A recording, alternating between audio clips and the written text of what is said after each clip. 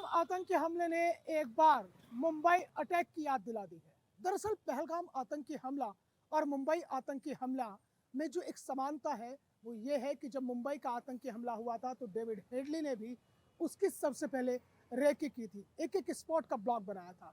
कुछ इसी तरह की कहानी यूट्यूबर ज्योति मल्होत्रा के गिरफ्त में आने के बाद सामने आई है, क्योंकि ज्योति मल्होत्रा 25 जनवरी को पहलगाम जाती है, ब्लॉग बनाती है और एक डिटेल ब्लॉग बनाती है और उसके बाद यह आतंकी हमला होता है।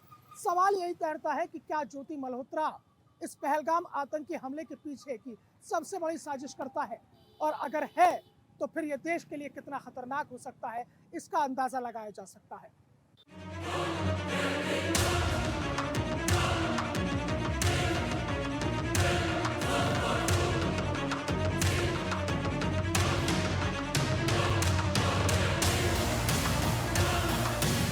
पहलगाम हमले में दिखा मुंबई अटैक वाला पैटर्न। ज्योति जासूस ने डेविड हेडली जैसा किया कांड।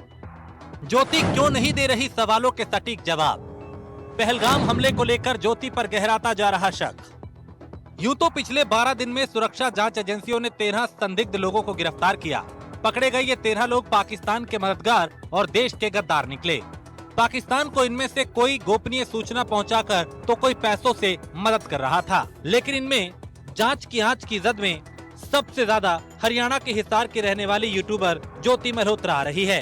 जांच एजेंसियां ज्योति के पाकिस्तान कनेक्शन और पहलगाम यात्रा की जांच कर रही हैं। आरोप ये भी है कि पहलगाम अटैक से पहले ज्योति ने रेकी की थी, क्योंकि इस हमले का पैटर्न भी मुंबई अटैक जैसा ही है। दरअसल 25 जनवरी को पहलगाम गई ज्योति ने एक डिटेल ब्लॉग बनाया था, जिसमें उसने पहलगाम के एक इलाके के बारे में विस्तार से बताया था। ठीक इसी तरह से मुंबई अटैक से पहले डेविड हेडली ने भी मुंबई का दौरा किया था और एक एक लोकेशन और स्पॉट की जानकारी जुटाई थी। सुरक्षा जांच एजेंसियां ये मानकर चल रही है कि मुंबई वाला पैटर्न पहलगाम में इस्तेमाल हुआ है। बड़ी बात यह है कि आतंकी हमला होने के बाद ज्योति ने कुछ वीडियो और बनाए और उसमें न तो पाकिस्तान की और न ही आतंकियों की निंदा की गई, बल्कि उल्टा हमले के लिए सुरक्षा बलों पर, टूरिस्ट पर ही सवाल खड़े कर रही है। इससे ज्योति के ऊपर शक और गहरा गया। उसने पहलगाम हमले से पहले रेकी की और तमाम जानकारियां दुश्मन देश को मुहैया कराई। हालांकि कोई आधिकारिक पुष्टि नहीं है, लेकिन सवाल उठ रहा है कि क्या ज्योति की वीडियो के बाद ही आतंकी हमला हुआ? क्या सच में ज्योति ने आतंकियों की मदद की? सच क्या है ये जांच के बाद ही साफ होगा। हालांकि जहां तक सवाल जांच का है, उसमें ये जानकारी निकलकर सामने आ रही है कि ज्योति जांच में सहयोग नहीं कर रही। दुश्मन देश की दोस्त ज्योति ऐसा लगता है कि अब भी केक वाले दोस्त दानिश के दिए इशारों पर ही चुप्पी साधे हुए है। जानकारी के मुताबिक ज्योति से NIA, मिलिट्री इंटेलिजेंस, IB और हरियाणा STF ने पूछताछ की, लेकिन उसने जबान नहीं खोली। ज्योति खामोश है। उससे पूछा गया, वो पाकिस्तान गई, चीन गई और कश्मीर गई। इस पर उसने कहा कि ये उसका काम है। उच्चायोग में कर्मचारी के साथ आई तस्वीर के मामले पर भी वो चुप रही। ज्योति पर यह भी आरोप है कि उसने भारतीय सैन्य ठिकानों की जानकारी पाकिस्तान को पहुंचाई। इसे लेकर ज्योति कुछ नहीं बोली। उधर 12 दिन के भीतर 13 देश के गद्दार पकड़ में आए हैं। पकड़े गए देश के गद्दार। ज्योति यूट्यूबर। पहलगाम आतंकी हमले को लेकर जांच एजेंसियों को शक। गजाला, ISI को पैसा उपलब्ध कराना। अरमान, पाकिस्तान के लिए जासूसी करना और पैसे की फंडिंग कराना। शहजाद, अवैध रूप से कॉस्मेटिक और कपड़ों को बेचने और जासूसी करना। वसीम, UPI के जरिए पैसों की फंडिंग।